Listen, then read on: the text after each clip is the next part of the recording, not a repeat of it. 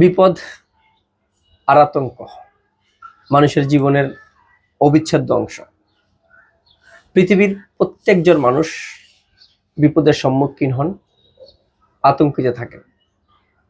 গোটা বিশ্বের খবর না জানলেও আমাদের বাংলাদেশের মানুষের এটি নিত্যদিনের।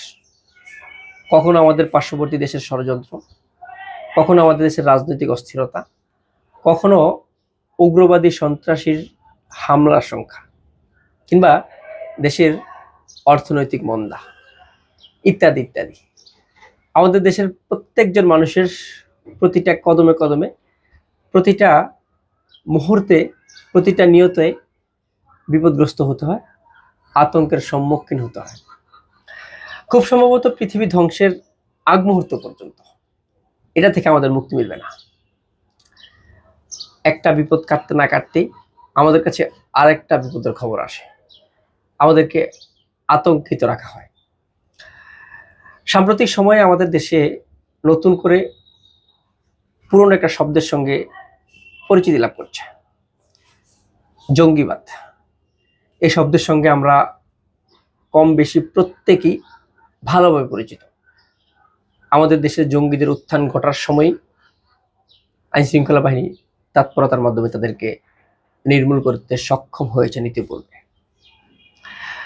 সাম্প্রতিক সময়ে হঠাৎ করে বাংলাদেশের গুরুত্বপূর্ণ সরকারি বেসরকারি স্থাপনায় জঙ্গি হামলার আশঙ্কা করছেন আইন শৃঙ্খলা বাহিনী।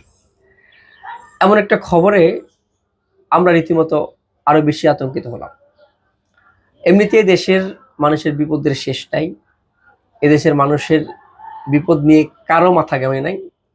কারণ একটা বিপদ আসতে না আসতে কোনোভাবে আমরা রক্ষা পেলে আরেকটা বিপদ আমাদের মাথায় এসে ঠাল পায়। হঠাৎ এই খবরে দেশের মানুষের মধ্যে একটা ভীতি কাজ করছে, ভয় কাজ করছে, জঙ্গিবাদের উত্থান ঘটছে। এদেরকে কারা আশ্রয় প্রশ্রয় দিচ্ছে? এই জঙ্গিবাদ শব্দের সঙ্গে আমরা এমনভাবে পরিচিত, আমাদের দেশের মানুষ এমনভাবে পরিচিত যে আমরা এটা নিয়ে একটা পোস্ট করতে পারবো। এদেশের মানুষের ভাগ্যটা এতই খারাপ, কোনো কিছুতেই এদেশের মানুষের এই জঙ্গি শব্দের সঙ্গে কিংবা এই জঙ্গি আতঙ্কের থেকে মুক্তি মিলছে না।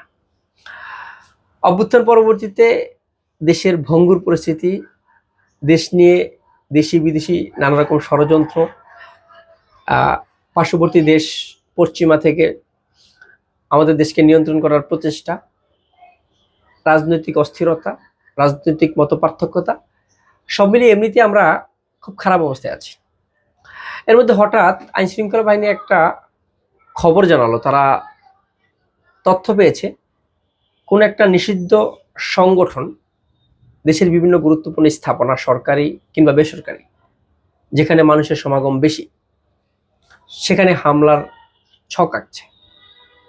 ইতিমধ্যে তারা সেটা নিয়ে কাজ করে যাচ্ছেন এবং তৎপরতার সঙ্গে মানুষকে নিরাপদে রাখতে তারা জঙ্গির উত্থান যেটা ঘটতে যাচ্ছে সেটা নির্মূলের একেবারে কঠিন প্রচেষ্টা আছে। এখন এই জঙ্গিবাদের উত্থান কিভাবে হচ্ছে? জঙ্গিবাদের শব্দের সঙ্গে আমরা পাকিস্তানকে মনে করতে পারি। পাকিস্তানে এটার বেশি রেশ। পাকিস্তানে কয়েকদিন পর পরে জঙ্গিবাদের হামলা হয়। বাংলাদেশে কেন জঙ্গিবাদের হামলা হবে? বাংলাদেশের উত্থান এবং বাংলাদেশের এই জঙ্গিবাদের উত্থান কারা করছে? আইন শৃঙ্খলা বাহিনী যদি চেষ্টা করে এটা বের করা তাদের কাছে কোনো বড় বিষয় না। তদন্তের মাধ্যমে তারা এটা বের করুক, বাংলাদেশে এই মানুষকে আতঙ্কে কারা রাখছে, এদেশে কিভাবে জঙ্গির আতঙ্ক আবার আমরা পোষণ করছি। জঙ্গিবাদ যদি ঘটে, জঙ্গিবাদের উত্থান যদি ঘটে, আমরা নিজেদেরকে রক্ষা করব কিভাবে? এটা রক্ষার একমাত্র অস্ত্র আইন শৃঙ্খলা বাহিনী। তারা আমাদেরকে রক্ষা করবেন। তারা ইতিমধ্যে টেস্ট করতে সক্ষম হয়েছেন এবং তারা কাজ করে যাচ্ছেন। এটা কিন্তু আমাদের জন্য ভীতির জায়গা। এমনিতে আমাদের দেশের অবস্থা একেবারে ভঙ্গুর। দেশি বিদেশি শক্তি আমাদের দেশকে নিয়ন্ত্রণ নেওয়ার প্রচেষ্টায় থাকে। এর মাঝে যদি জঙ্গির একটা উত্থান ঘটে, বিভিন্ন সরকারি বেসরকারি স্থাপনায় হামলার মতো ঘটনা ঘটে, আমরা কোথায় পালাবো বা আমাদের রক্ষা করবে কারা? আইন শৃঙ্খলা বাহিনী জানিয়েছেন তারা মানুষের জানমাল নিরাপত্তা দিতে সচেষ্ট রয়েছেন এবং এই জঙ্গির উত্থান তারা ঘটতে দিবে না, তার আগেই তারা নির্মূল করবে। কিন্তু এই জঙ্গিবাদের যারা সহায়ক, এই জঙ্গির সঙ্গে কারা যোগাযোগ করছেন, এই জঙ্গিবাদের উত্থান কারা করাচ্ছেন, এটাও আইন শৃঙ্খলা বাহিনী বের করতে পারলে এদেশের মানুষ ভালো থাকবে এবং প্রতিনিয়ত যে আতঙ্ক থাকে অন্তত এই জঙ্গিবাদের আতঙ্ক থেকে কিছুটা হলো প্রশান্তি মিলবে।